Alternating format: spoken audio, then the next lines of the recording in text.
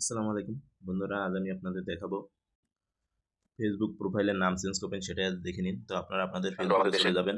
ফেসবুকে যাওয়ার পরে এই যে আপনার ম্যান আইকনটা আছে দেখতে পাচ্ছেন যে উপরে, এই যে ম্যান আইকন, এই ম্যান আইকনে ক্লিক করতে হবে। ম্যান আইকনে ক্লিক করবেন, তারপরে আপনার নিচের দিকে দেখতে পাবেন প্রাইভেসি অ্যান্ড সেটিং নামে অপশন আছে। এই যে প্রাইভেসি সেটিংয়ে ক্লিক করুন। তারপর উপরে দেখতে পারবেন সেটিং নামে একটা অপশন আছে। এই যে সেটিং নামে অপশন আছে, এই সেটিংয়ে ক্লিক করুন।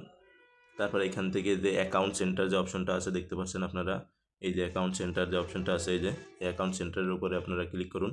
করার পরে এই যে প্রোফাইল যে অপশনটা আছে, প্রোফাইল দেখতে পাচ্ছেন, এই যে প্রোফাইলের উপরে ক্লিক করুন।